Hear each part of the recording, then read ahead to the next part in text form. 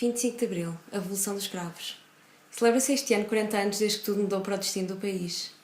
Na memória das pessoas arde a imagem do país unido e quando uma só voz, do novo rumo, o novo destino, longe do Estado Novo. As imagens repetem-se. Famílias separadas pela PIDE reencontram-se finalmente. As vozes da oposição voltam mais uma vez a ser ouvidas. Militares e civis partilham a alegria do novo amanhecer. A voz finalmente já não era dos que governavam, mas começava aos poucos a ser a voz do povo. O cinema imortalizou para sempre estes protagonistas, estas vozes e estas mensagens. Uma nova e inédita forma de recordar este dia. Trazemos até vós hoje imagens celebradas desses dias por dois filmes, recordando-os: As Armas e o Povo e Deus, Pátria e Autoridade. As Armas e o Povo trata dos acontecimentos do 25 de Abril e das sucessivas vitórias sociais e políticas que o seguiram. Deus, Pátria e Autoridade dá-nos uma perspectiva crítica da burguesia, vangloriando o proletariado e denunciando a repressão económica do Estado Novo. São dois documentos históricos, não é? Porquê? Porque os cineastas foram para a rua, havia essa necessidade de ir para a rua e de dar a ver aquilo que antes não podia ser dado a ver. Porquê? Porque havia os constrangimentos da censura e um compromisso também com o Estado Novo, não é? Da parte daqueles cineastas que estavam de uma forma mais ou menos direta, conotados com o poder. Serão estes cineastas que vão gravar e imortalizar todos estes momentos, capturando a essência da Revolução. Os realizadores que durante o período do Estado Novo se limitaram a ser simplesmente instrumentos de propaganda do regime, dando voz somente ao poder, oprimindo o povo para omiti-lo da narrativa, eram agora substituídos por jovens de ideologias fortes, que queriam dar voz às suas ideias e, mais importante ainda, ao povo. As Armas e o Povo foca-se muito mais na recuperação e celebração da voz do povo, nos seus testemunhos, os seus sonhos e ideias. Deus, Pátria e Autoridade, embora argumente está a falar pelo povo, em particular o proletariado, sofre, no entanto, por fazer parte de uma agenda política comunista que põe em causa a objetividade do seu retrato social. Vemos assim, de um lado, a imensa maioria da população, o proletariado, o povo trabalhador, que nada tem além da sua força de trabalho e que é obrigado a vender essa força de trabalho para subsistir.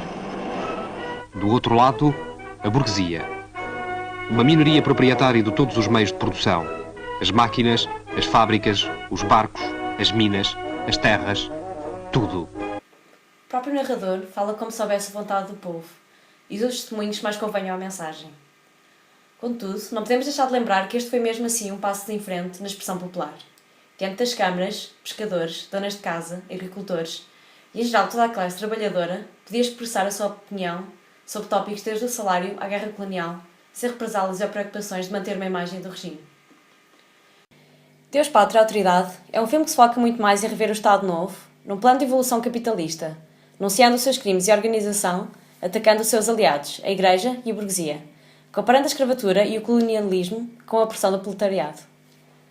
Embora esta seja algumas reflexões dos problemas pelo qual o trabalhador passa, encontra-se ainda carregado uma mensagem política que pode não corresponder à voz popular. Todavia, é importante olhar para o filme e lembrar pela primeira vez se tem liberdade de falar sem medo sobre estes temas, de fazer documentários, reportagens, difundir imagens e mensagens que antes eram estritamente proibidas por ser contra os ideais do regime. Mesmo sendo um filme parcial, nota-se a urgência destes novos tempos, a vontade dos cineastas em encontrar uma voz do povo. Mesmo por vezes, deixem a sua mensagem transparecer nas purezas dos testemunhos. Esta tentativa, esta nova liberdade, este novo caminho cheio de possibilidades para um povo que começava a ser ouvido. Logo após a Revolução, não só no cinema, mas também em outras artes em geral, em que com o fim da censura e com a chegada da tão desejada liberdade, os artistas, de maneira geral, nos mais variados quadrantes, sentiram-se um bocado perdidos, ou seja, era necessário buscar uma linguagem nova. Logo após a Revolução, nós podemos dizer que houve um grande impulso que foi dado aos documentários, também porque havia aquela necessidade de dar voz ao povo, e isso tem a ver com os documentários sobre os quais vocês vão falar, não é? Quer dizer, como uma forma de dar a voz, de dar o poder àqueles que não tinham voz ou que tinham a sua voz tendencialmente silenciada. As Armas e o Povo, como filme, sofre um pouco pela falta de uma narrativa específica que direciona a mensagem, preocupando sobretudo em capturar apenas os momentos, 25 de Abril e o 1º de Maio. A câmara perde-se pelas multidões, os seus movimentos, as suas esperanças, as suas confissões, as suas vozes, percorrendo pessoas de todos os estratos sociais, origens, idades e ideologias, celebrando a união. Por um momento, todas as pessoas, por mais diferentes que fossem na sua concepção de liberdade e de um novo rumo para o país, encontrassem-se naqueles dias juntos sob uma só bandeira, uma só voz. Anarquistas, socialistas, democratas, comunistas, sindicalistas. Por mais diferentes que fossem os seus objetivos, encontram-se juntos na mesma bancada, partilhando o dia histórico, celebrando o fim do Estado Novo e o anúncio do devolver da autodeterminação ao povo. A mensagem subentendida, não há aproximações políticas como em Deus, Pátria e Autoridade. O espírito do filme procura ser o da própria revolução, o mais cru possível e o mais objetivo. O povo partilha as suas opiniões, os seus desejos. A esperança renasce de dias melhores, de condições sociais e de novos horizontes. Alguns ambicionam apenas uma casa. Outros desejam ver um sistema político que os represente verdadeiramente. Outros anseiam o fim da guerra e a independência das colónias. Outros querem ver os seus direitos respeitados, face a todos sem qualquer exceção. Estes foram filmes que retrataram uma época, e tal como eles tiveram uma mensagem, também nós temos uma para quem nos vê. A mensagem mais importante. A mensagem mais importante para mim é um pouco então a ideia de que vale sempre a pena, de que não devemos desistir, de que por muitos obstáculos que nós neste momento estejamos a sentir que é à nossa volta, que se nos são colocados todos os dias, aquilo que aquele 25 de Abril representou foi de facto uma ruptura com um regime que foi um regime em que as pessoas não tinham liberdade, em que as pessoas eram obrigadas a pensar de uma determinada maneira, em que não eram incentivadas verdadeiramente a ser criativas, porque quando o regime tem como lema a ideia do viver habitualmente, isso mata tudo o que é a ousadia, a criatividade, e era isso que se sentia, e foi isso que se sentiu durante aqueles 40 e tal anos, e que o 25 de Abril representou todas as esperanças, quer dizer, tudo estava em aberto. Era uma era nova em que se acreditava que as pessoas finalmente iam ter possibilidade de decidir dos seus destinos. E foi muito essa luta, e foi muito esse caminho que se procurou traçar, e eu acho que a esperança e, quer dizer, a mensagem que eu gostaria de deixar ao fim de 40 anos, é verdade que estamos a viver uma situação de crise, mas é a de que vale a pena sempre lutar, vale a pena acreditar, vale a pena nós pensarmos por nós, vale a pena nós sermos capazes de dizer não e de definirmos o nosso caminho.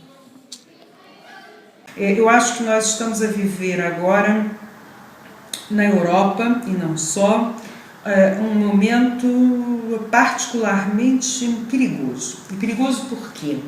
Porque nós observamos uma tendência, de novo, para uma emergência das direitas, não é? E das direitas nacionalistas, porque não há problema nenhum em haver uma direita, de maneira nenhuma. O problema é uma direita exacerbada, como é problemático uma esquerda exacerbada. E, portanto, nós tivemos agora, no último fim de semana, o resultado das eleições francesas e vimos que o partido da Marine Le Pen subiu em flecha, e eu acho que isso é muito perigoso. O cinema permite-nos olhar para o passado e relembrar os valores pelo qual o povo português tanto lutou. E nestes dias, em que celebram 40 anos da Revolução, achamos importante usar a nossa voz para lembrar que todos estes valores e todas estas vitórias por vezes damos como garantidas, para que nunca mais as nossas vozes sejam silenciadas.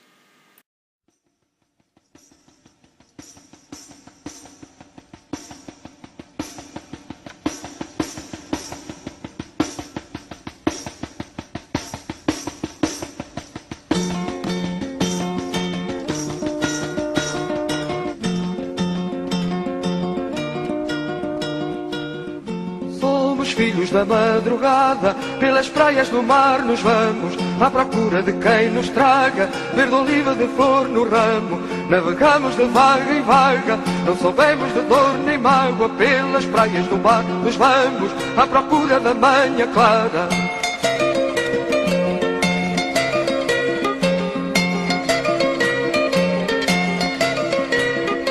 Lá no cimo de uma montanha acendemos uma fogueira para não se apagar a chama que dá vida na noite inteira. Mensageira, pomba chamada, companheira da madrugada, quando a noite vier que venha, cá no cimo de uma montanha.